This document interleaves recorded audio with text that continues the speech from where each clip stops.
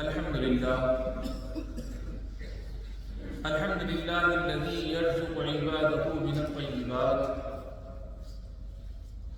ويخرج لهم من كل الثمرات وأشهد أن لا إله إلا الله وأشهد أن سيدنا ونبينا محمدا رسول الله اللهم صل وسلم وبارك عليه وعلى آله وصحبه ومن اتبع هداه أما بعد فأوصيكم عباد الله ونفسي بتقوى الله قال جل في علاه ورحمتي وسعت كل شيء فسأكتبها للذين يتقون ويؤتون الزكاة صدق اللہ العظیم۔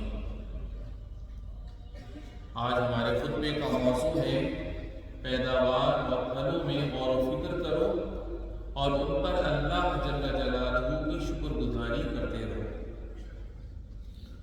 میرے مومن بھائیوں اور عزیز دوستوں، اللہ جل جلالہ نے اپنے بندوں کو ہر قسم کی نعمتوں سے نوازا ہے، چنانچہ انہیں مال و دولت بھی دی ہے اور غذا، پھل اور میوے بھی عطا کیے ہیں۔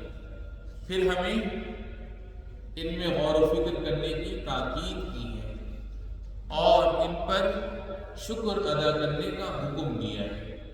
چنانچہ رب کریم جل جلالہ کا فرمان ہے أَلَمْ تَرَ أَنَّ اللَّهَ أَنزَلَ مِنَ السَّمَاءِ مَاءً فَأَخْرَجْنَا بِهِ ثَمَرَاتٍ مُخْتَلِفًا أَلْوَانُهَا، یعنی کیا تم نے اس میں غور نہیں کیا کہ اللہ تعالیٰ نے آسمان سے پانی برسایا، پھر ہم نے اس کے ذریعے مختلف رنگوں کے پھل پیدا کیے۔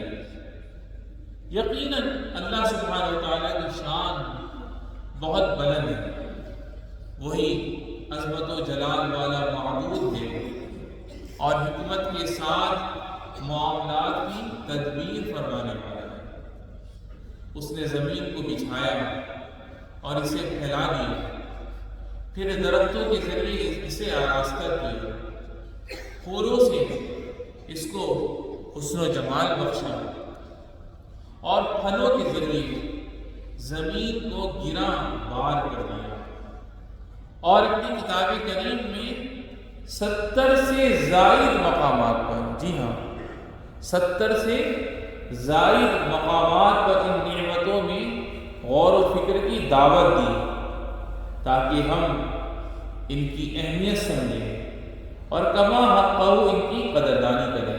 چنانچہ ارشاد ہے يُنبِتُ لَكُمْ بِهِ الزَّرْعَ وَالزَّيْتُونَ وَالنَّخِيلَ وَالْأَعْنَابَ وَمِنْ كُلِّ الثَّمَرَاتِ إِنَّ فِي ذَلِكَ لَآيَةً لِقَوْمٍ يَتَفَكَّرُونَ، یعنی اللہ تعالیٰ اسی سے تمہارے لیے کھیتیاں، زیتون، کھجور کے درخت، انگور اور ہر قسم کے پھل اگاتا ہے۔ بلا شبہ ان سب باتوں میں ان لوگوں کے لیے بڑی نشانی ہے جو سوچتے سمجھتے ہیں۔ جی ہاں میرے دوستوں، یہ اللہ جل جلالہ کی عظیم الشان نعمتیں ہیں، اور جو لوگ دل کی آنکھ اور بصیرت کی نگاہ سے دیکھنے والے ہیں ان کے لیے یہ قدرت الہی کی کھلی نشانیاں ہیں جو باری تعالیٰ کی کامل قدرت اور اس کی کامل حکمت پر دلالت کرنے والی، نیز اس کے وسیع فضل و کرم کی گواہی دینے والی ہے۔ کسی عربی شاعر نے کیا خوب کہا ہے، تأمل فی نبات الارض وانظر الی آثار ما صنع الملیک، یعنی زمین کی نباتات اور پودوں کو عبرت کی نگاہ سے دیکھو اور مالک الملک کی کاریگری کے مناظر میں غور و فکر کرو۔ اللہ جل جلالہ کی صنعت میں غور کرنے والوں، زمین کے درختوں اور ان کے پھلوں میں عبرت کی نگاہ ڈالو، پھلوں کی خوشبو اور ان کے بالترتیب دانوں کو دیکھو اور درختوں کے متوازن پتوں میں غور و فکر کرو۔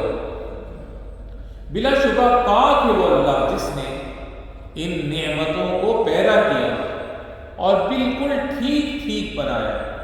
ذالکم اللہ ربکم فتبارک اللہ رب العالمین، یعنی یہ ہے اللہ جو تمہارا رب ہے، پس اللہ کی ذات بہت بابرکت ہے جو تمام جہان کا رب ہے۔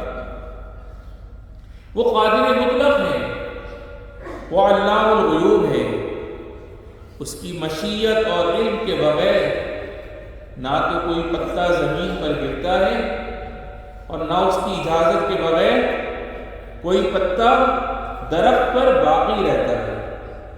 خود باری تعالیٰ نے اپنی شان یوں بیان فرمائی ہے، وَمَا تَسْقُطُ مِنْ وَرَقَةٍ إِلَّا يَعْلَمُهَا وَلَا حَبَّةٍ فِي ظُلُمَاتِ الْأَرْضِ وَلَا رَطْبٍ وَلَا يَابِسٍ إِلَّا فِي كِتَابٍ مُبِينٍ، یعنی اور کوئی پتا نہیں گرتا مگر وہ اس کو بھی جانتا ہے، اور کوئی دانہ زمین کے تاریک حصوں میں نہیں پڑتا، اور نہ کوئی تر اور نہ خشک چیز گرتی مگر یہ سب ایک واضح کتاب میں مرقوم ہے۔ یا اللہ، تو اپنی انوکھی تخلیقات میں ہمیں غور و فکر کی توفیق عطا فرما، ہم سب کو اپنی اور اپنے نبی صلی اللہ علیہ وسلم کی اطاعت کی توفیق عطا فرما۔ یا ایھا الذین آمنوا اطیعوا اللہ واطیعوا الرسول واولی الامر منکم، اقول قولی ھذا واستغفر اللہ۔